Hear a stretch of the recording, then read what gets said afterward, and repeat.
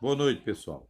Encerrando esse conteúdo de limite e continuidade, nós vamos ver agora a parte de continuidade. Na parte de continuidade não tem nada de muito novo, somente a definição de continuidade. Nós vamos ver que a continuidade de uma função ela é dada em um ponto. Então, cada ponto você verifica se ela é contínua ou não. Para ela ser contínua em um intervalo, ela tem que ser ponto do intervalo. A função ela é contínua, uma função f é contínua em um ponto A se as três condições seguintes são satisfeitas. A função é definida em f de A, em A, né? Quer dizer que f de A existe. O limite da função, quando x tende a A, tem que existir também. Nesse caso, nós verificamos os limites laterais. Esses limites laterais devem existir, tá? Tem que existir e tem que ser iguais. Se eles forem se eles existirem, mas não forem iguais, quer dizer que a função não tem limite no ponto, então ela não é definida no ponto. E a terceira e última condição é que o limite da função de f de x, quando x tende a A, tem que ser igual a f de A. Aí nós temos quatro gráficos aí representando as funções. A primeira quer dizer que a função é contínua em x igual a. Primeira coisa, nós verificamos a função é definida em A? Sim. Por que eu sei que ela é definida em A? Porque lá nós não temos uma bolinha aberta, tá certo? Está tudo preenchido, então quer dizer que existe f de A. Os limites laterais, quando pela direita e pela esquerda, quer dizer que a função aproxima de um mesmo ponto, que é L. No caso ali não está representado, mas nesse caso aí a função, o limite também, o limite existe. Então a segunda condição foi satisfeita. E a terceira é que o f de A vai ser justamente o meu L, que é o limite da função. Então foi satisfeita todas as três condições, tá certo? Nos exemplos embaixo, nós temos três exemplos de funções que não são contínuas em A, que são descontínuas em A. No primeiro exemplo, no primeiro exemplo, aí o A existe, tá certo? Porque a bolinha está preenchida ali, ó, não tem nenhuma bolinha aberta, quer dizer que ela é definida ali naqueles pontos. Se você aumentar mais, você vai ver que a bolinha está lá naquele ponto na parte de cima. E os limites laterais existem também. Só porque se você aproxima a função pela direita e pela esquerda, note que nós vamos aproximar de valores diferentes. Um aproxima aqui, o outro lá no alto. Então, nós vamos dizer que os limites laterais existem, mas são diferentes. Com isso, não satisfaz a segunda condição, tá certo? Se não satisfaz a segunda condição, então a função ela não é contínua. Por quê? Porque o limite não existe. No segundo caso, a função não é definida em A. Se a função não é definida em A, porque quando essa reta que passa por A, ela não intersecta o gráfico. Então, ela não existe f de A. Se não existe f de A, então quer dizer que a função já é descontínua. Você não precisa mais verificar nada. Apesar que nesse caso também nós temos que os limites laterais são todos infinitos, quer dizer que eles não existem. No terceiro e último caso da parte de baixo das funções descontínuas, nós temos o caso em que a função é definida em A, que nós temos a bolinha pintada lá de vermelho. Os limites laterais existem, são iguais. Então quer dizer que o limite no ponto existe. Porém, o limite da função é diferente de f de A, o que causa descontinuidade da função. Vou analisar de uma forma mais fria, nós dizemos que uma função ela é contínua quando você consegue fazer o gráfico dela de forma ininterrupta. Se você leva ela aqui, ó, você pega uma caneta, põe no papel e consegue desenhar o gráfico sem tirar a caneta do papel, nós dizemos que a função ela é contínua. Agora, se você chega aqui, faz um risco, aqui depois você tem que descer e fazer outro, quer dizer que nós vamos ter ponto de descontinuidade, né? Quer dizer que ela é se você conseguir traçar ela de forma contínua, de forma sem tirar do papel, quer dizer que a função ela é contínua naquele intervalo que você conseguir fazer isso. Porque a continuidade no início ela é dada em cada ponto. Agora nós vamos ter as propriedades e algumas proposições que é muito interessante, que vão ser necessária no estudo.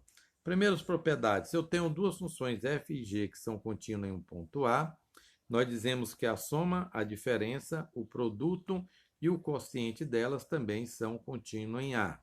Lógico que o quociente, para ser contínuo em A, o g de A tem que ser diferente de zero. Então, quer dizer que o denominador tem que ser diferente de zero. Então, se duas funções são em um ponto, sua soma, sua diferença, seu produto e seu quociente são contínuos. Nós temos aqui várias proposições, 7 ao todo, né? Que ela diz o seguinte, ó. Primeira, uma função polinomial ela é contínua para todo número real. Por que ela é contínua para todo número real? Porque você consegue fazer o gráfico de uma função polinomial sem tirar a caneta do papel. Uma função racional ela é contínua somente no seu domínio. Por quê? Porque como ela é racional, o denominador não pode ser zero, né? Então, se tiver algum caso em que o denominador for zero, a função não é definida naquele ponto, portanto, ele não pertence ao domínio e naquele ponto também ela não é contínua. Então, ela é só contínua no seu domínio.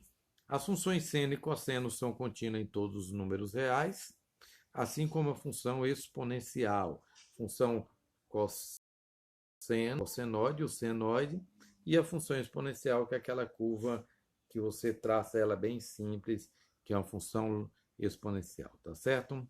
Então, em todos os reais. Ele trabalha também continuidade com relação às funções compostas. Ele diz o seguinte, se f é contínua em A e g é contínua em B, então g bola f é contínua em G e B, tá certo? Então, o que ele quer dizer? Quer dizer que o limite da composta é a composta do limite. Aí ele mostra também a questão da continuidade. Ele usa essa para generalizar a questão do limite de uma função composta e ainda também prova, também demonstra que se f é uma função contínua, então a composta também é contínua no ponto A, terminando aquela anteriormente. E a outra ele diz que a função inversa, se f é contínua, a sua inversa também vai ser contínua, tá certo? Então nós temos essa questão das funções inversas também. Finalizando aqui, ó, aí nós chegamos naquela parte. Quando que uma função ela vai ser contínua em um intervalo fechado AB? Então, a ideia é verificar se a função, quando que uma função ela é contínua em um intervalo fechado AB. Primeiro, se o limite à direita de A for igual a f de A, nós dizemos que f é contínua à direita de A. Se o limite de f de x, quando x tende à esquerda, menos, for igual a f de A, dizemos que a função f é contínua à esquerda de A. Porque nesse caso satisfaz aquelas três condições. O f de A existe, o limite existe e as duas são iguais. Então, essa igualdade que nós colocamos aí, ela satisfaz as três condições de limite. E para generalizar, quando que uma função ela é contínua em intervalo fechado? Uma função para ser contínua em um intervalo fechado, ela tem que ser contínua em cada ponto do intervalo aberto, tem que ser contínua à direita de A e à esquerda de B. Se uma função ela for contínua à direita de A, à esquerda de B e em todos os pontos do interior do intervalo, então nós dizemos que a função ela é contínua no intervalo, certo? Então a continuidade é dada no intervalo, ela é contínua em todos os pontos do intervalo, e para ser o intervalo fechado, ela tem que ser contínua à direita de A, à esquerda de B, tá certo? E nós temos um teorema que nós vamos usar bastante futuramente, principalmente quando nós formos trabalhar com derivada, que é o teorema do valor intermediário.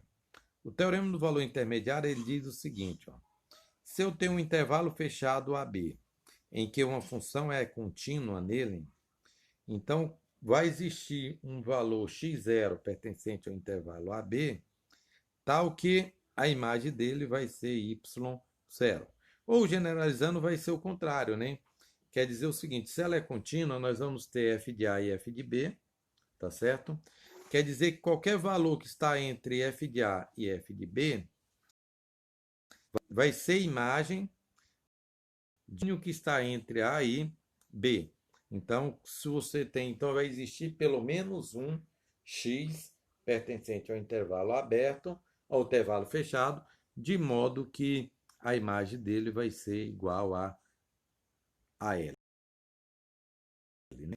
Nós podemos dizer que vai existir um x0, que está entre, no caso aqui, f de B e f de A, tal que vai implicar que vai existir um x0 que vai estar no intervalo de A B, de modo que a imagem de x0 é igual à imagem de y0. Aí vai ser igual a y0, tá certo? Então é isso que quer dizer o teorema no valor intermediário. Boa noite, gente.